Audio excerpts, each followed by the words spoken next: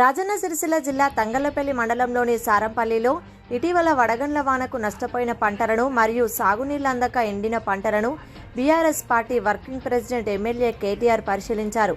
పంటల నష్టంపై రైతులను వివరాలు అడిగి తెలుసుకున్నారు. కాంగ్రెస్ ప్రభుత్వ నిర్లక్ష్య విధానాల వల్ల రైతులు ఆగమైపోతున్నారని కేటీఆర్ మండిపడ్డారు. తెలంగాణలో 15 నుంచి 20 లక్షల ఎకరాల్లో పంటలు ఎండిపోతున్నాయన్నారు. ఇది కాలం తెచ్చిన కరువు కాదని కాంగ్రెస్ తెచ్చిన కరువు అని ఆయన అన్నారు.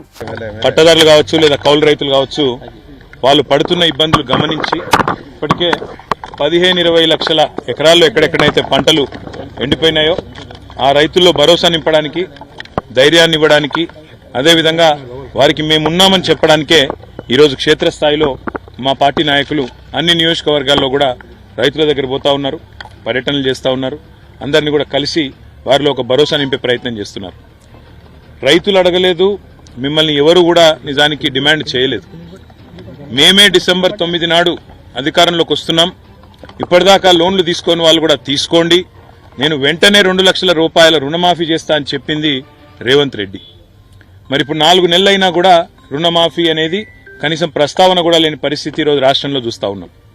రుణమాఫీ చేయకపోగా బ్యాంకుల ద్వారా ఇవాళ రైతులకు లీగల్ నోటీసులు ఇచ్చి మీరు కడతారా సస్తారా అని మెడ మీద కత్తిపెట్టినట్టు వ్యవహారం మరొక దిక్కు చూస్తా ఉన్నాం.